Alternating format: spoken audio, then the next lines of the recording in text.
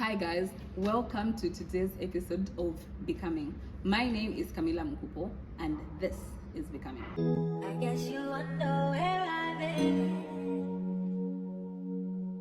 I searched to find the love within. I came back to let you know that I think of you. On today's episode, I have a special guest with me. I'm so excited and you should be too. So let me just allow her to introduce herself. Hello everyone, my name is Yande Nsofwa and I'm very happy to be on Becoming. I'm so happy to have you here.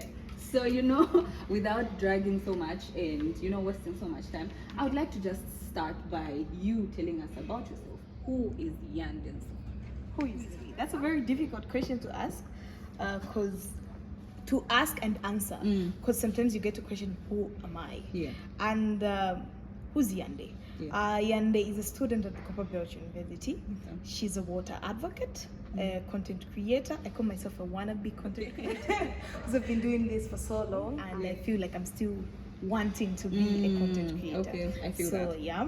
And then Yande is also a communications intern at CopperRose Zambia. Wow, okay, CopperRose Zambia, that's beautiful. So Yande, how did your journey to Becoming start? How did you get on, all these things that you're doing, being a water advocate, working for CopperRose, and of course being a student of you just went to school, right? But then how did you get in the space of being a youth that advocates for change and is growing to be who you want to be? So Camila, every time somebody asks me a question like that, I always relate it back to my dad. Oh, okay. My dad is a journalist by profession. Really? Wow. Makes sense. So from childhood, this is a man that would tell me to go for my dreams. He would teach me how to shoot videos. He would teach me how to capture pictures. He would teach me how to interview people. How old were you? I started shooting, I think, pictures by the age 7. She was 7. 7. And I would attend in Kuala. Mtwala, as people say. What? Yeah. As people say it in Chipata. Yeah. And I would meet presidents by then. Really? I would also, my favorite moment is meeting Rupia Banda. So from that time, I knew I had it in me to be a journalist. Yeah. And when I walked into the CopperRose offices, I didn't know I was gonna do things that are related to journalism in the long run. Yeah. And they gave me a platform where I was able now to bring out my desires, and those desires ended up but those desires came out and I wanted to see how good or how best I can help the people in the community.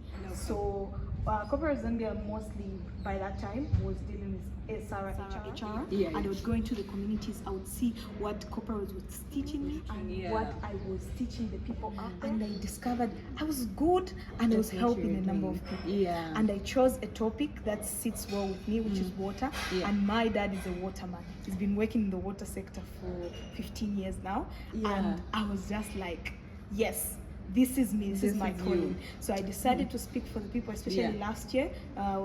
Last year was the first time I really spoke because of a pollution that happened on the Copper Belt water. Yes, and that was something that took me to Pan-African 3. It took me to present a documentary in Australia.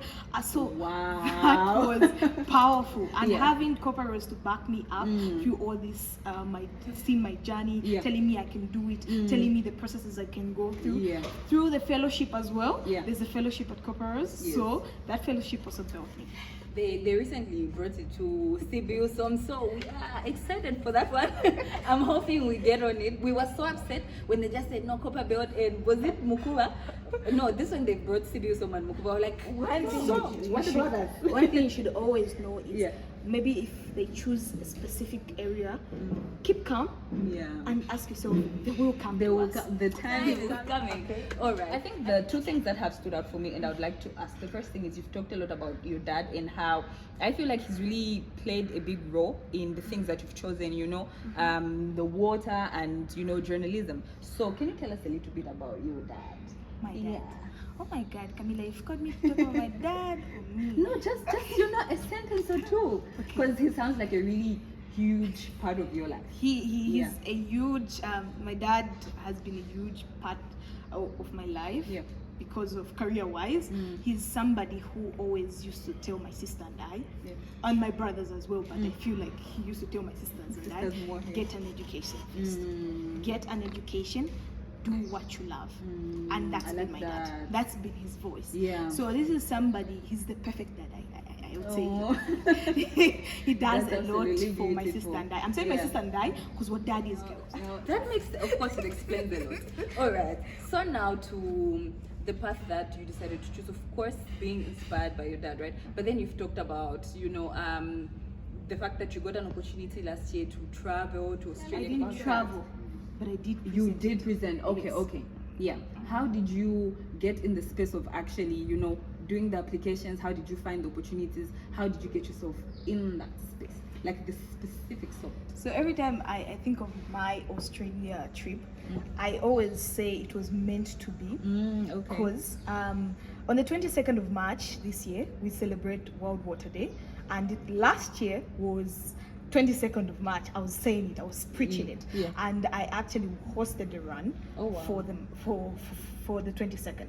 And during that days, like let me say days before the run, I sat down and I went on LinkedIn and I saw a post by somebody called Stephanie Smith. She was calling people to attend an Aquavox filmmaking session. And I registered and I was in. But on the 22nd of March, after the run, I did other things. I celebrated World Water Day, and then I remembered I had a filmmaking session. So I called back and I discovered her filmmaking session had ended. Oh my goodness. Yes. Yikes. But she still gave me time, and I explained who I was, I explained what I was doing, and then I let her know I'm from the country Zambia, and I just did this and this and this, and that was, I think that I nailed it. Yes. So from then on, she gave me an opportunity. She said, okay, there's an opportunity coming up. You can apply for it, but all you have to do, I think you have to do a documentary about water, or So are you ready for it? I said, yes, I'm ready. I'm ready. By the time she sent me the link, I was great. I did I did the documentary, and that was when the pollution happened. So I did. It was flowing. You're right when you say it was meant to happen. It was meant to happen. And I was selected. Wow. So being selected, I was actually supposed to go in person. Okay. But my visa was denied a day before the flight. Challenges. We'll get to that. Right. There's something very important that you've mentioned. Right. LinkedIn. We've had a few people mention, are these opportunities really real? Does this actually work? When we share opportunities, we have a group for opportunities and then also just LinkedIn. Because most of the time you find something on LinkedIn, you're like, let me give it a shot. I want to try. But then a lot of people do not think those opportunities are real because it's just LinkedIn. So how did you get in the space of giving the LinkedIn platform a shot and just trusting what you find there? Because people have questions, they don't think it's real. Camila, was it 2 weeks ago? I saw somebody post something saying LinkedIn is just for people showing off their. I think I saw something like that. I was just like, oh no, I've received more offers on LinkedIn than ever before. Okay, so how did I know that opportunities come through LinkedIn? And how was your first opportunity there, and how did you know, okay, this is actually real stuff, it actually happens from here? I still go back to CopperRose Zambia. Okay. Yes. During the fellowship, something they told us, I went into CopperRose without a LinkedIn account, and I became a fellow without a LinkedIn account. Really? But when I was in the fellowship, they emphasized that you need to have a LinkedIn account. You need to show your progress on LinkedIn. You need to show yourself on LinkedIn. You need to brand yourself. Branding. I love that, branding. So being on LinkedIn and aligning it with CopperRose, saying, okay, they have said I need to do this, and I just went there and I discovered, yes, I need to brand myself. I need to put myself out there. And the moment I started putting out content on LinkedIn, posting my achievements, posting not just my achievements, but the things I have things you were doing. Yes, and discovering that a number of people are also doing the same. Yes, some are they're throwing in their badges, they're saying what they've done. Yes, but there are also those who have nothing. True. They share their real selves. Yeah, exactly. Yeah. So seeing that and then discovering I can also get different opportunities from there, like PanAfcon 3. I was just like, okay, LinkedIn is a real deal, and more people should go on it. More people should sign up. More people should brand themselves. Honestly, underline the word branding. I absolutely love that, and it's not only about like LinkedIn, even different social media platforms. Someone once told me, your online presence is your digital CV. Like this time around, when people are looking for someone to hire or like someone to bring on their team, you do an application and they will look you up. They are going to check your socials, they'll check your LinkedIn, they'll check your Facebook. Your digital footprint is very important. So I absolutely love that you mentioned that. Speaking of digital footprint, you talked about, content creation. We're here because of content creating, right? And you've been creating content, like I believe for CopperRose, right? And you're trying to, also have a personal brand, something not affiliated to CopperRose, like a personal, this is Yande, and Yande is a part of CopperRose. So how is that going for you? Okay, so it's actually, I think I can say it's going great. Okay. Because I have time now to do my jokes. On my TikTok, I think I'm always dancing. I'm always there, just being ridiculous. I'm shooting content with my family. I'm making jokes. There's a period I was in the phase of doing fashion.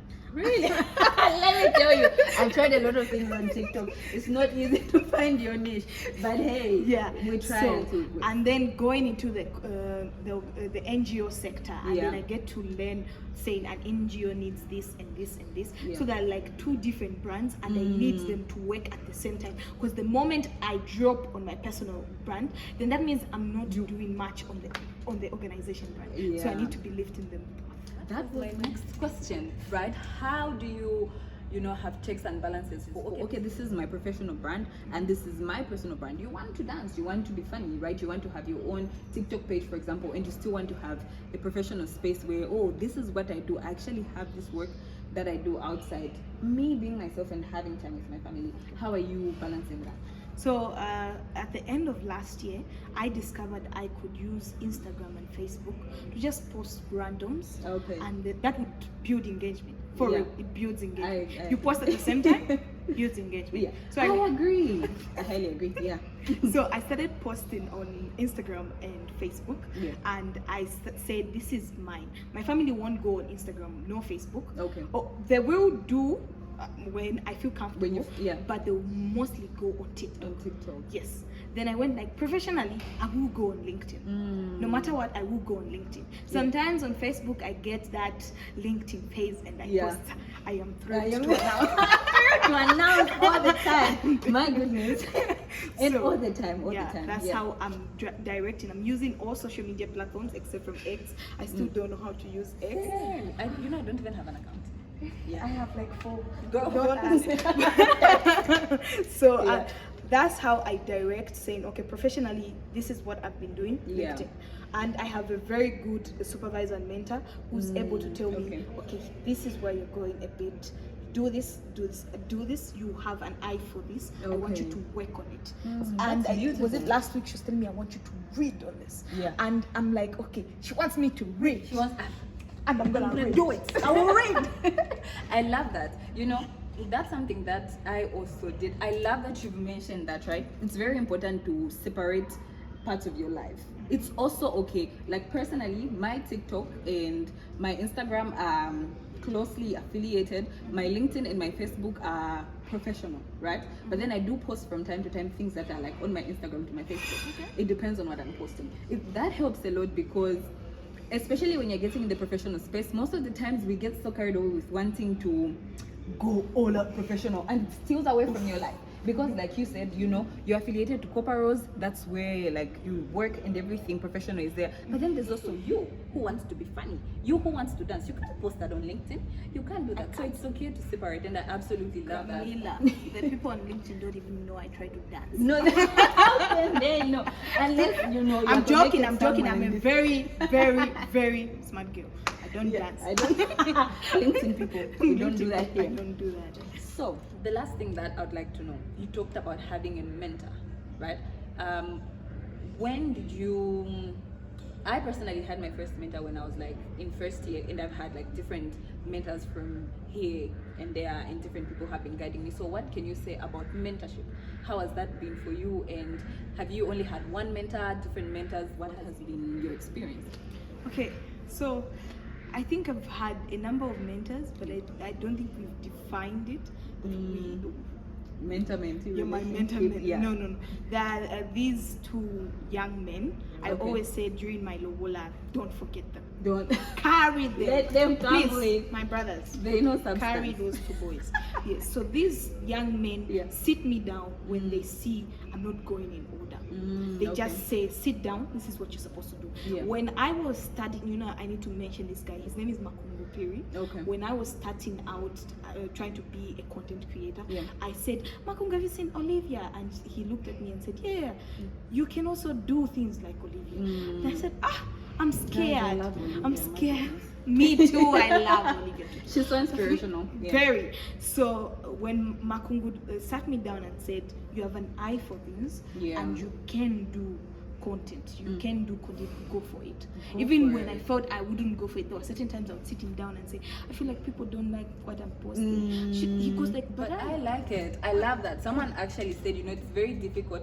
It's easier when you have people supporting you when you're doing things, but then it's so hard when the people closest to you are not supporting. That go ahead really, really makes a difference. Like, we believe in you, you go for it. I absolutely love that. Yes. So him saying go ahead and do this, he's helped me throughout my 3 years of content creation. He's helped me he's helped say this is this. I remember last year when I told him I want to be a water advocate. He didn't laugh, he didn't do anything about it, just said, sure thing, what do you need? And I love that. Camila, this is a guy, I told him we're gonna do a documentary about water and say, what time are we going to I love that. You know, it's easier to have. There's something that I listen to, Vusi Tembekwayo, absolutely love Vusi, my goodness. You know, he said there's a podcast that he has titled The Power of Common Language. Really? Common language, right? So what that means to me is, if I come to you, Yande, and I tell you, Yande, I have an idea, as compared to you telling me, or if I tell you, Yande, by March we need to fly out, as compared to you saying, but how are we going to fly out? Where are we going to get the money? You say, let's do it. Trust me, that carries more weight than, how are you going to do that? How's that possible? You know, so I absolutely love that for you. And I think that's something that people should have somebody in their corner. Because when I was making the same documentary, I told him, I said, I don't have anybody to do a voiceover. He looked at me and said, I can do the voiceover. Wow, I love and that. I said, thank God. So now he was there through my journey of content creation. Then I've also had somebody who encourages me about leadership. She is there to tell me, oh, a leader does this.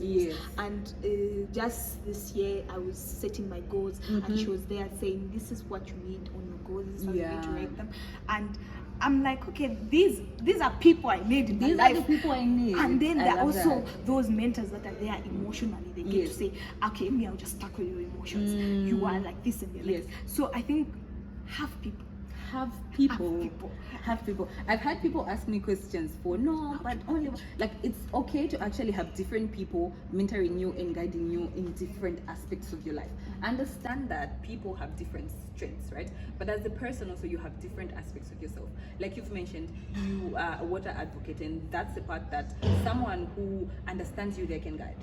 The emotional aspect, there's someone who will, you know, give you checks and balances. Content creation part, there's another person who say, okay, you know what, this here, this and this, this and this. So that's very, very, very important. So it's okay to have multiple mentors. If that's the question, but you can absolutely have that. By the end of this year, Camila, I need to work on having one and over one.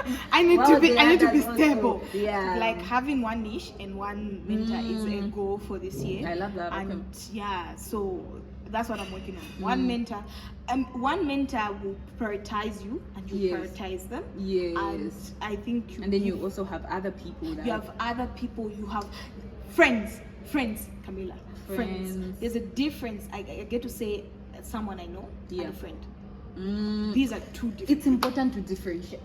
I saw someone who said, if you are like getting heartbroken, let it be by someone who's like actually your friend.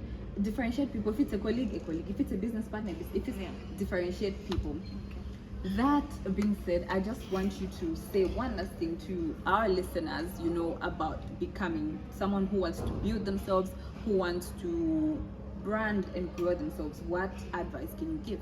Okay. If you're starting out, like me, who's starting out, just continue. Continue going. Yeah. There are certain times where life will throw rocks at you, and you will give up. I'm telling you, you will give up. No one should ever tell you never give up. You will give up, and you'll be in a space, you'll be in a dark room, and you think you can get out of it. You will. Always know that every time you face a dark room, there's a light room waiting. I know this sounds like a motivation quote, but it's true. You can get out of that room and walk into the light room, but don't forget that after the light room, you walk into another dark room. It's a never-ending cycle. Girl, I love that. Keep going. When you're in the dark room, just walk out and keep pushing forward. Yande, thank you so much for coming through to Becoming, and you know, for pushing and sharing your story. Becoming is not easy, it's a journey, and when you're stuck in a dark room, just walk out and go into the light. It's very possible. Do not give up, fall forward and keep pushing. Thank you so much, Yande, for joining us, and you can share your socials. We're going to tag them. So LinkedIn, she has a TikTok, Facebook. I'm going to put them in the description. And for Becoming, don't forget to like, share and subscribe. Follow us on Instagram, YouTube, subscribe here, turn on your notification bar, and then you can follow us on Facebook, on TikTok as well, and X. We don't have X, but you can follow us on X. Thank you so much.